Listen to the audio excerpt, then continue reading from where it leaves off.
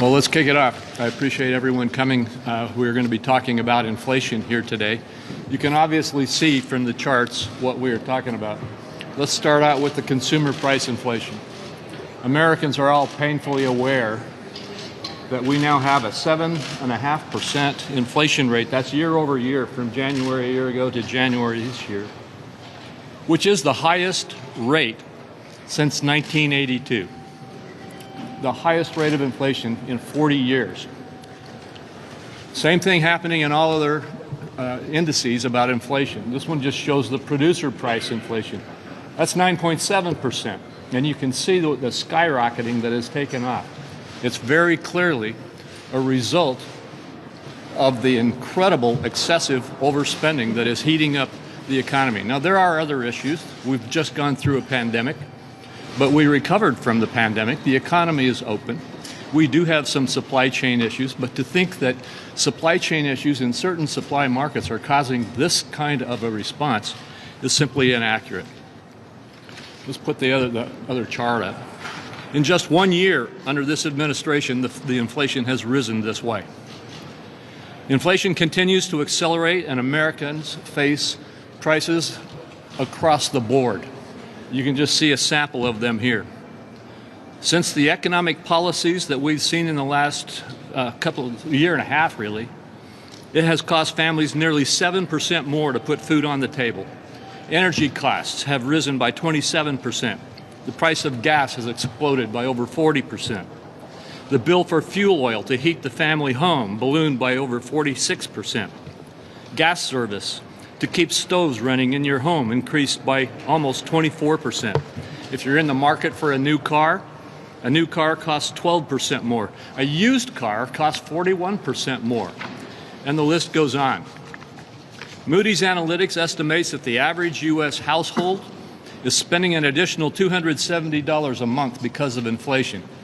A Penn Wharton study indicates that cost for the average family in America is $3,500 more this year for the exact same consumption that they had last year.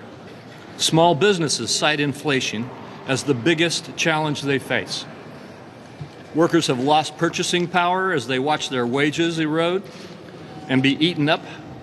The stealth tax was exacerbated by unnecessary deficit spending last year and more reckless spending that is being pushed and pushed and pushed even today as we speak. Congress should be working to address the harmful effects of inflation and taking steps to address our ballooning debt crisis and our unsustainable mandatory spending. We've got a number of our colleagues who are going to come. I've asked them all to try to keep it to about a minute or so. And I'm going to go next to Senator Barrasso. Well, Joe Biden is the president of high prices. And one of the defining failures of the Biden presidency is going to be inflation. We're now at a 40-year high of inflation, and interestingly enough, Joe Biden's approval rating has dropped to a historic low of only 40%. 40-year high inflation, 40% approval rating. Because people are feeling the pain, paying the price every time they go to the grocery store, every time they go to the gas pump. It's $1 a gallon more for gas now than it was when Joe Biden became president. Month after month after month, prices continue to go up. Wages aren't going up in a way they can keep up with the prices that are going up. So people are falling further and further behind, and they're feeling squeezed. It's happening to working families all across the country. The numbers are it's cost about $275 more this year, each month, $275 more each month, just to try to keep up with the standard of living that they were at a year ago. So people are having to change the way they drive, they shop, they eat, they live. People are having to tap into savings if they have savings. As a result, people's dreams are being crushed. The cost of energy is really affecting people, additionally, not just from driving, but also from heating their homes. And who gets hurt there the most? Well, people living on a fixed income, people struggling to get by. It's gotten to the point where a national poll by Harvard-Harris found that only 3 in 10 Americans approve of the way that Joe Biden is handling inflation. Only 3 in 10. That means just about every Republican, every independent, a whole lot of Democrats aren't happy with the way Joe Biden is handling inflation. And what's his suggestion? Well, he said it again yesterday in a speech. It's going back to this Build Back Better plan with higher taxes, more expenses, more debt, more government spending. That will make inflation worse. When Americans see Joe Biden speaking, they see somebody who is out of touch and in way over his head. And unfortunately, the American people are paying for this president's incompetence. Senator Thune. Well, the Democrats made a very noticeable pivot yesterday. I don't know if you noticed this, but starting with Senator Schumer's floor remarks, but throughout the day, all of a sudden they're starting to talk about inflation. So evidently they have looked at some polling data and realized the impact that this is having on the American people and what the American people think about their leadership as a result of that. And if you take into consideration that a year ago, the inflation rate was 1.2%, 1.2%, well within the Federal Reserve's range of 2% inflation. And now it's 7.5%. Think of that, 7.5%. In fact, that's a $3,500 additional cost to the average family in this country just in this last year. It's a $3,500 tax increase on the American families. And who does that hurt the most? It hurts lower income families, middle income families who are struggling to make ends meet. I'm glad that the Democrats are finally coming to the conclusion that this is an issue that needs to be addressed. But they missed the boat a long time ago, starting with the vote last March to increase spending by $2 trillion, which led this inflationary crisis that we're in. And their solution to it, yes, is to double down and to spend another $5 trillion, flood the zone with even more money, have more dollars chasing fewer goods, and see inflation continue to spike. So this needs to be stopped. It affects everybody. I can tell you right now, as South Dakota farmers get ready to plant, they're looking at higher seed costs, higher fertilizer costs, higher equipment costs, higher fuel costs. It affects everybody. This is a tax on every single American, paid by every single American, but experienced the most in terms of the harshest impact on those middle and lower income Americans who are struggling just to be able to pay the bills and make ends meet. And what does this mean for them? It means a pay cut. Because even though they may have gotten a pay increase last year, they have a 7.5% now increase in the cost of everything they purchase, a $3,500 tax, meaning that they are taking home less money this year than they were last year. Senator Grassley. Inflation is something I hear from Iowans at each one of my 99 county meetings. 13 so far this year, and I'll bet I'll hear it at 12 next week. We know now that this inflation is not transitory. They were wrong then. We know that this inflation is very persistent and probably could get worse. Hopefully not, but it could be. Iowa families, you heard Thune, they're being hit by the same $3,500 a year increases in their costs, or you can call it a tax. Iowa small businesses can't keep up with the inflation. Nobody listened to Larry Summers when January he said we'd already spent too much money by the bill we passed before Christmas 2020, and he's pleading with the Democrats not to spend the $2 trillion that they did in March, but they didn't listen. He repeated that in April. He repeated that speech again in August. He repeated it again in October, and it was finally they listened to Manchin and Build Back Better. They didn't make it $4.5 trillion worse. They should have listened to him. We got to thank Senator Manchin to bringing some fiscal sanity to this Congress of the United States by saying he wasn't going to go along with Build Back Better.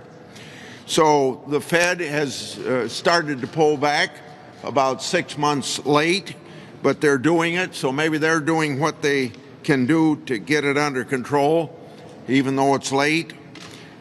I think the best thing that Biden could do would be to use the bully pulpit to tell Congress to spend less, like Manchin has advised his own Democrats to do, and he's led the way on that, because only the bully pulpit can bring confidence to the economy the way that the 100 members of Congress can't.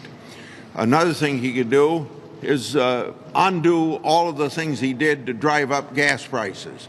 XL pipeline, shut down drilling in Alaska, offshore, on land, Gulf of Mexico drilling, state or national property, no drilling, putting impediments on fracking. All of this stuff is driving up the price of gasoline, and he could undo that very quickly. No, what do we get from the Democrats in the Congress? Just to reduce it by 18 cents by not having the federal gas tax. No, those same Democrats should be working with the House or with the White House to get these bad energy policies reversed. And can you believe the ridiculousness of the Democrat administration getting involved in saying banks shouldn't lend to energy companies? We have to have the flow of energy. That's what drives our economy. Thank you. Senator Hyde-Smith. Thank you, Senator Crapo. You know, this time last year, we tried to tell the Biden administration not to pour trillions of dollars into this economy. The basic fundamentals of economics have to work. A high schooler taking an economics class could figure this out, but the White House can't. This is unbelievable inflation of 40 years. When I was in high school, I worked at a grocery store when I was 15 years old, and I worked there for 5 years, on and off, part-time, through school. I noticed every item. I knew how much it cost. A gallon of milk was $1.59. You just about name an item. So I'm very conscious of the price of groceries. When I was in my grocery store at home, they were taking the prices down. I said, "What are you doing?" They said, "They're going up so fast, we're having to constantly keep somebody out here to change the pricing out." Folks, this is real. Let me translate this into real life. Mississippi is a huge timber state. We have millions of acres of timber. We call ourselves the wood basket. To harvest this timber, you have to get it to a sawmill. The log trucks that haul this timber to the sawmills, they're tractor-trailer rigs, 18-wheelers. They have to fill those tanks up every day with fuel so they can continue on.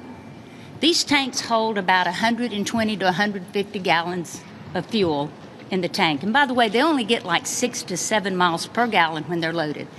Every morning, the loggers in Mississippi have to fuel those tanks up 120 gallons, and it's almost $4 a gallon. Do the math on that. Mississippians are hurting. This country is hurting because of the inflation that we're looking at. Even with the grocery prices there, 12% up. That doesn't say a whole lot. Do you think 12% is really not that much? Trust me, it is. As I used to check out groceries, and I'd get to the subtotal and I'd add the taxes and then I'd get to the total, and the lady would look at me and she'd say we'd have to put something back because we had to match what was in her purse. So we put back some items so she could afford it. I can't imagine what that is today. I can't imagine what that is when they come in and they realize, I cannot afford this. Our families have to eat. So it is real. It is hurting families. And the president still tries to spin it as the economy is doing good. Mississippians aren't buying that. It is not doing good in Mississippi or anywhere else in the country. And I wish the president would have heeded the warnings of the economist, and he needs to do that now because we're hurting. It is real. These are real stories, and we can do better than this, and the American people certainly deserve better than this. Thank you. Thank you. Senator Marshall and then Senator Lankford.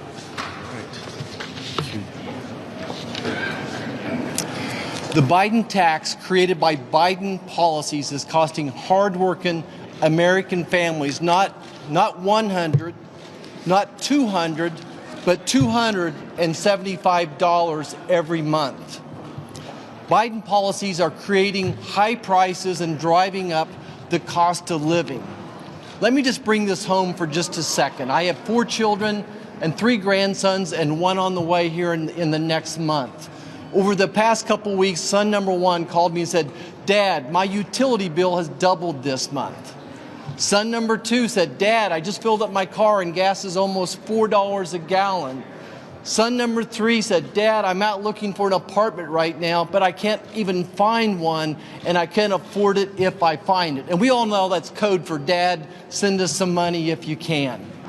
Today is one of my grandson's birthday. When he was born, he had $30,000 of debt. His share of the national debt was $30,000. Today, it's $100,000.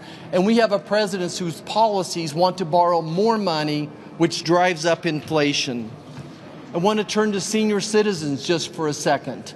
The average Social Security check in this country per month is about $1,600. And yes, there's people out there that live on a Social Security check.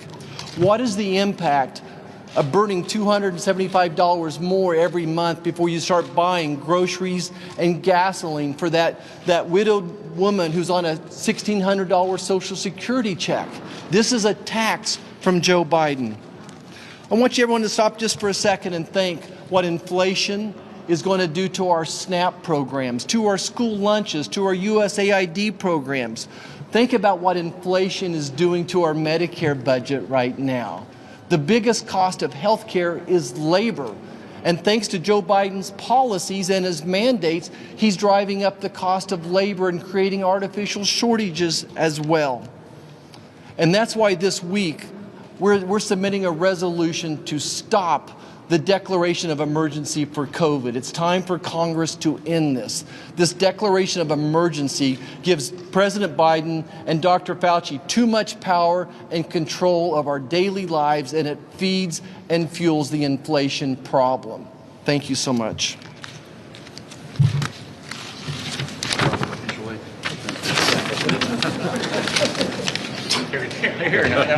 Don't throw it. We'll throw it up in the air. Thank you. So when you get into a conversation about inflation, it gets wonky with a lot of numbers, but I hear several numbers that get thrown out pretty often, and that is, well, we have high inflation because we have low unemployment. So let me just run a couple of numbers past us to be able to keep this in context. During the Trump administration, we had record low unemployment, but the average inflation during that 4-year time period was 1.9%. When President Biden took office, January a year ago, if I can take just a year to a year, February a year ago, 1.7% inflation. Now, 7.5% inflation. From 1.7 a year ago to 7.5. Half of America has never experienced inflation like what we're experiencing right now. Half of America has no idea what really inflation looks like until the last couple of months when they go to the grocery store, they go to fill up their truck with gas, they go to actually pay their home heating oil costs, whatever it may be. They're experiencing now what inflation is and thinking, how come I can't pay my way through a month like I used to be able to pay my way through? And it's because of inflation. Now, for all of us that are old enough to remember the time under Jimmy Carter, we remember what inflation does. We remember what that actually causes across the country, and we remember how difficult it is for everybody in the country. But half of America is now learning what this means. This is an American issue based solely on the policies of this president. Why can I say that? Well, look at inflation around the rest of the world. That'd be the easy way to be able to say it. Look at inflation right now in Japan. Japan's inflation rate right now is 0.6%. 0.6% in Japan. If you go to Germany, Bloomberg has reported that they're looking at for 2022 inflation in Germany 3.7%. Inflation for France is predicted to be 2.8% this year. For Italy, 3.8%. For Spain, 3.6%. For the United States right now, 7.5%. This is solely based on the policies that the Biden administration has put into place that has taken us from 1.7% to 7.5% in 1 year. We have got to open up our manufacturing here, open up our energy production here, stop discouraging American production, and to actually get us back on track and stop sending free money across the economy, which continues to be able to spark inflation like we're experiencing right here. Senator Young, and then Senator Bozeman. 40 and 276. Those are really the only numbers you need to know. I'll come back to those. 7% food inflation. That hurts people on fixed incomes in particular. 40% year-on-year increase in gas prices. We're looking at $1 additionally per gallon at the pump in the state of Indiana year-on-year. Electric costs, roughly 11% increase. Once again, this hurts people on fixed incomes. This hurts manufacturing workers disproportionately. But really, the headline figures that all of you should take away is 40 and 276. 40 years. It's a 40-year high in our price inflation. And 276 an additional expenditure for regular working families. That's the average amount that Hoosier families and other American families are having to pay on account of policy decisions. These are policy decisions. This didn't happen organically. This isn't a function of economic cycles. This is government policy to spend trillions of dollars when the economy was already opening up. Now, is this a gotcha thing that you got a Republican up here and calling out a Democratic president on? No. I sat in the Oval Office with other Republican members of the United States Senate back in February, and I pleaded with the administration not to spend so much of our money on things we don't need at a time that the economy was already opening up. They didn't listen, and here we are. I've pleaded with the administration time and time again to deregulate, not to increase regulation. They, for example, proposed doubling the cost of child care and then subsidizing the doubled cost of child care. It's absolutely preposterous. And perhaps the easiest and most obvious way that we could reduce the pinch that regular Americans are feeling from price inflation is to lean into free trade. There are still things that this country needs to trade, but this administration has not even requested trade promotion authority, which allows us to sell our food and fiber, our manufactured goods into foreign markets and to bring in those cheap things that we don't make here or don't make here at an affordable cost. But the administration, instead, they've doubled down on their tax and spend, big government agenda. My constituents are really upset. I'll continue to advocate for smart policies as opposed to these ill-advised policies because this is having a real impact on rank-and-file Americans, and it has to stop. Thank you, Senator Bozeman, and then Senator Portman. And I remind my colleagues to be concise. We got a lot of us that want to speak. Thank you, Mike, so much. And I guess the question is, why are so many senators here today?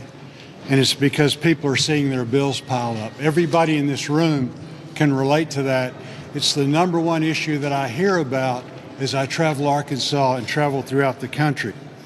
As ranking member on the Ag Committee, I see the President's plan squeezing ag communities, the ag community in the sense of our foresters, our farmers, our ranchers, all of those individuals as their operations require more and more capital, thus attacking rural America. I don't have the big chart, but I've got a little one that I think that tells a lot. And on it you can see that fuel and oil has gone up 35%, fertilizer 34%, livestock and poultry purchases 24%, feed 21%. The list goes on and on. We've got a fire that's raging, burning through Americans' paychecks and their budgets. Let's stop pretending that pouring gas on it is the only option, which is what the administration and my colleagues on the other side of the aisle keep proposing. Instead, we should work together to come up with a plan, and you've heard several proposals today as we've talked about this, to actually get this under control so we can help Arkansans and the people of America recover. Thank you. Thank you. Senator Portman and Senator Kennedy. So my colleagues have done a great job in talking about the most punitive tax of all. And the most punitive tax of all is high inflation that is way higher than wage growth. And that's exactly what's happening right now. Yeah, wages are going up a little bit, but not nearly as high as inflation. So people are feeling it. By the way, yesterday, the producer price index number came out. What does that mean? That's about wholesale prices, and it's about the future. and they came out at 1%, meaning roughly a 10% increase in the producer price index. That was continued bad news, because when you hear the administration say that this is transitory, this PPI number yesterday means, unfortunately, we're in for higher inflation at least for the next year. So what happened? Well, policies changed. As of February, before COVID started, we had 19 straight months in this country of wage growth of over 3%. We had historically low inflation numbers, less than 2%. Things were going well because people, again, were making more money. Wages were actually higher than inflation. So middle-income families in Ohio and around the country were feeling it. They were able to get ahead, some for the first time in a couple decades. Then the Biden administration made a decision that they were going to skew the demand and the supply, because inflation's all about too much demand and not enough supply, right? And the demand was throwing a lot of stimulus into the economy. So about a year ago, we had this conversation. The administration said they were going to spend almost $2 trillion, which they said was for COVID, right after we had spent almost $1 trillion on a bipartisan basis. But the problem was the administration's COVID proposal was not really about COVID. Most of the money had nothing to do with fighting this virus. Most of it had to do, again, with just pumping stimulus into the economy. At the same time, they were reducing the supply side. That includes on the energy front. Remember the first day in office shutting down Keystone XL pipeline? Making it harder to produce energy in this country generally? So you had, again, increased demand, this unprecedented level of stimulus spending. It was the biggest bill, $1.9 trillion, ever passed by Congress. And you had a reduction in demand. Everybody said this was going to result in higher inflation. Not just Republicans, although we did. And we said, look, the CBO, Congressional Budget Office, nonpartisan group, has told us we're getting back to the levels of growth we had pre-COVID just in a few months. Because they said by mid-year we'd be back to a point where we'd be having economic growth comparable to what it was before COVID. And yet they felt it necessary to dump almost $2 trillion into the economy. But it wasn't just us. Secretary of the Treasury under Democratic administrations, Larry Summers, said the same thing. And by the way, he continues to say it, as do other smart economists on both sides of the aisle who look at this very simply and say, you can't just throw the stimulus in and change the policies on the supply side as well and not expect inflation to rage. And that's exactly what's happened. So the most punitive tax of all. 2 weeks ago, I filled up my pickup truck, my F-150. I paid almost $100. People can't afford that. People who commute to work, people who use their truck for their business. And I'm hearing from them, as you are, I'm sure. It's time to change policies and do it now to avoid this punitive tax continuing. Thank you, Senator Kennedy, and Senator Rick Scott, and we're getting close, then Senator Sullivan and Senator Tim Scott. All right, Crapo.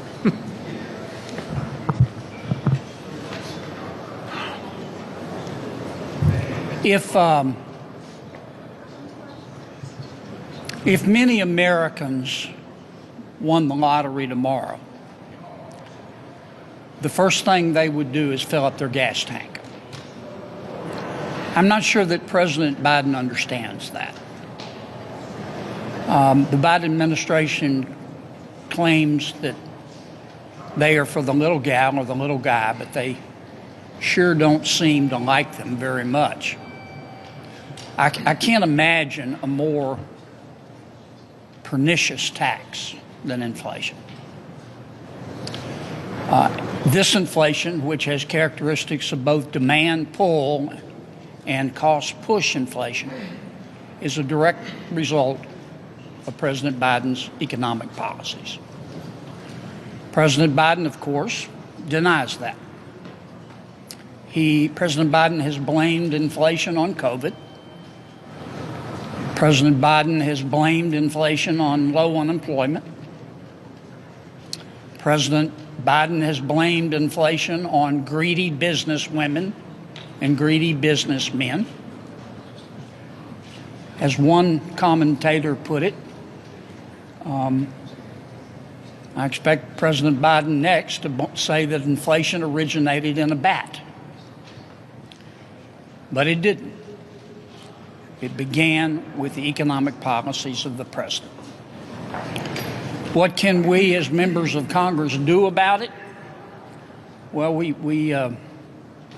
can't force the members of the Biden administration to retake Econ 101, but we can do our part by stopping spending like we were drunken sailors. Actually, we're worse than drunken sailors, because drunken sailors stop spending when they run out of money, and Congress doesn't. And we can help by changing our ways in that respect. Thank you. Thank you. Senator Rick Scott, then Senator Sullivan. So consumer prices up 7.5% and producer prices up 9.7%. Now, in my state, it's having a devastating impact on families. I grew up in a poor family. I watched my mom struggle with inflation. When I was a kid, she would take in odd jobs, whatever money she had. Either my older brother and I would go to the store. We had to add up without a calculator exactly how much things were going to cost, or we had to do the embarrassing thing and say, oh, I don't have enough money, and say, you have to put that back on the shelf. I watched my mom struggle to buy gas, put food on the table. Now the stories I'm getting all across my state is the same thing. People are going to food banks that never went to food banks before. People are taking second and third odd jobs just to try to make ends meet. People have to pool where they live. Food's up, gas is up, rent's up. It's all caused by bad economic policy. So if you look at inflation, what causes inflation? One, excess spending causes inflation. Number two, make it difficult for people to produce things.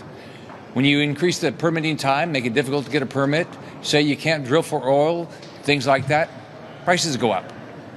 When you add all this regulatory attitude, when you're a business guy, and I was in business, they make it difficult to do business. You don't produce things, or you don't produce things in this country. That's exactly what the Biden administration is doing. So all across my state, people are hurting. The Biden administration has no plan. They have no plan to change. I can't see any way this is going to get better until the Biden administration and Democrats stop spending money, stop making it difficult to open and build a business, stop making it difficult to run a business. But until that time, many, many people across my state are going to get hurt. Senator Sullivan. Well, I think you're seeing one theme here, and it's the theme of it's the policies stupid. Just in the last couple days, you saw 4 very vulnerable Democrat senators put forward a bill to reduce the gas tax. You saw President Biden yesterday hold a press conference where he said he's going to go around the world to try and encourage countries that produce energy to produce more energy. But here's what you never hear from the Democrats, and you certainly never hear from this president. We're going to support the American energy sector.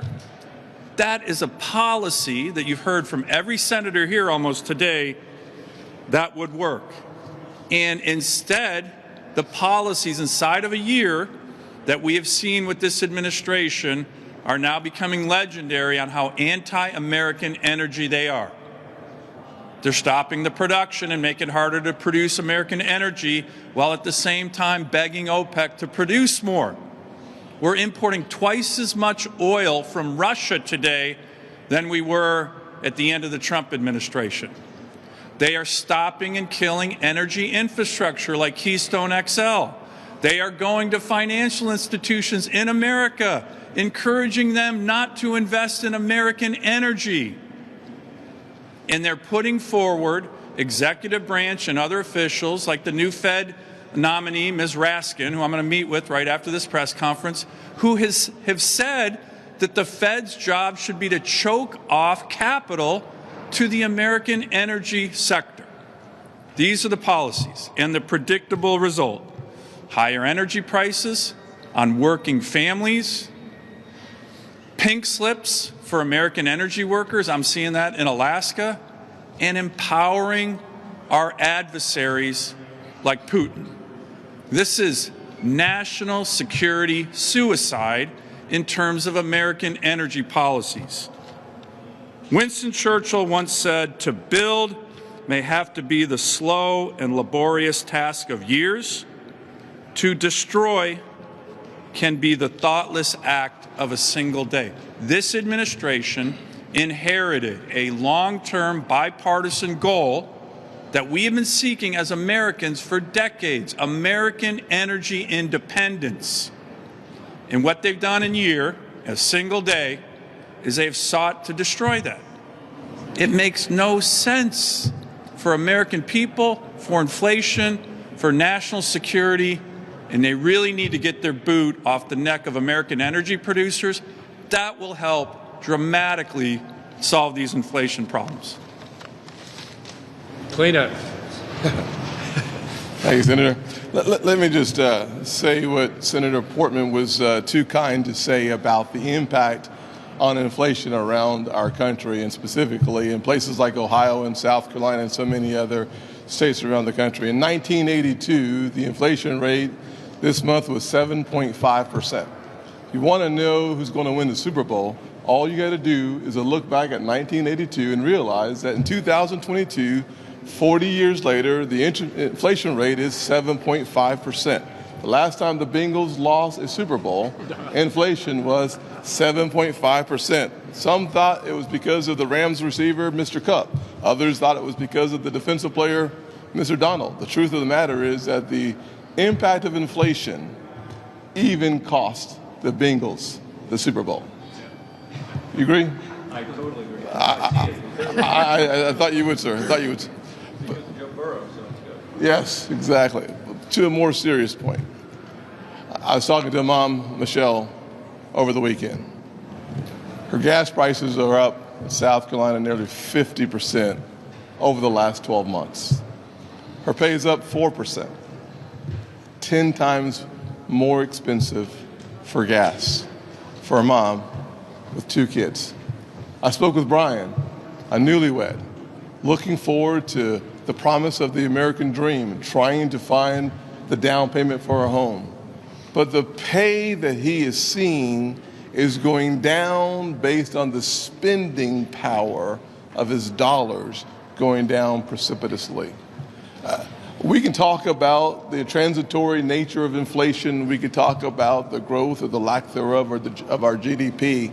But the truth of the matter is that the Democrats and Mr. Biden, President Biden, continue to ask the American people to believe what he is saying as opposed to what they are seeing. They are seeing the loss of spending power because they can't afford the price of gas per gallon.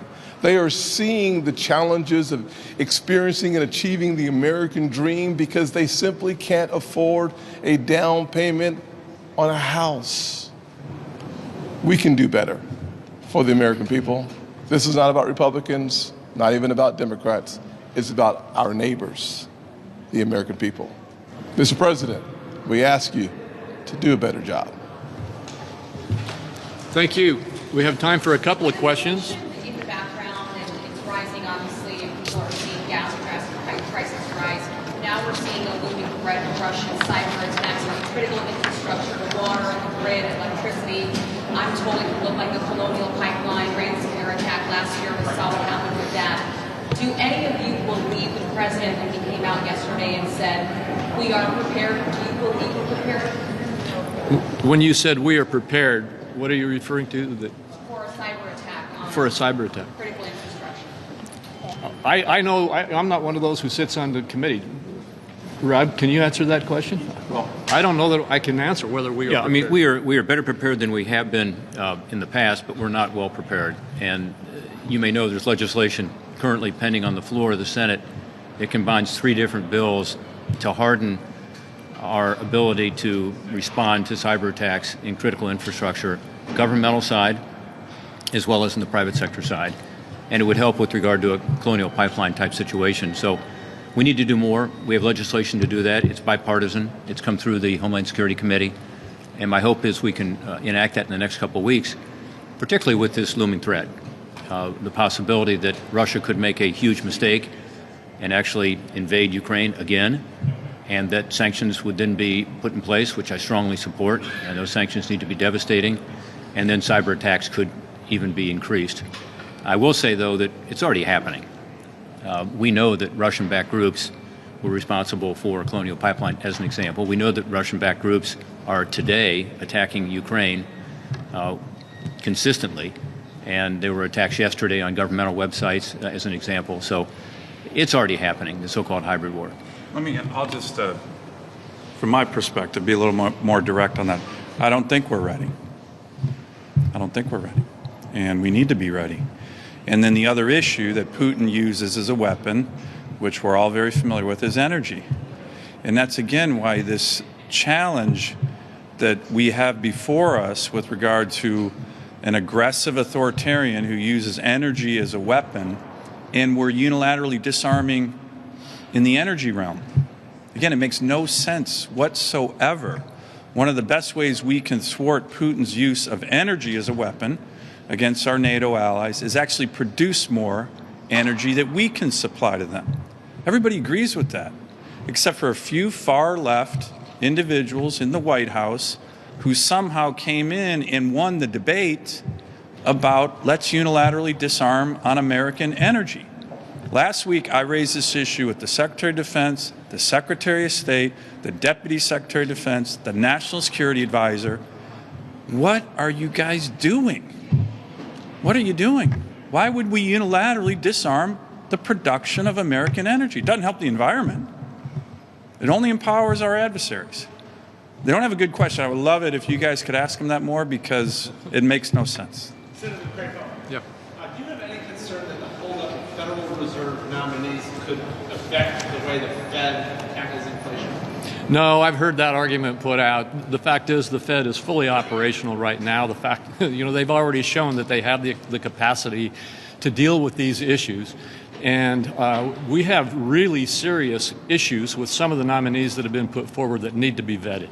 On the Fed's inflation approach, do you think it's aggressive enough what they've said so far they intend to do this year? I think it's helpful. I'm not sure I can tell you that it's enough.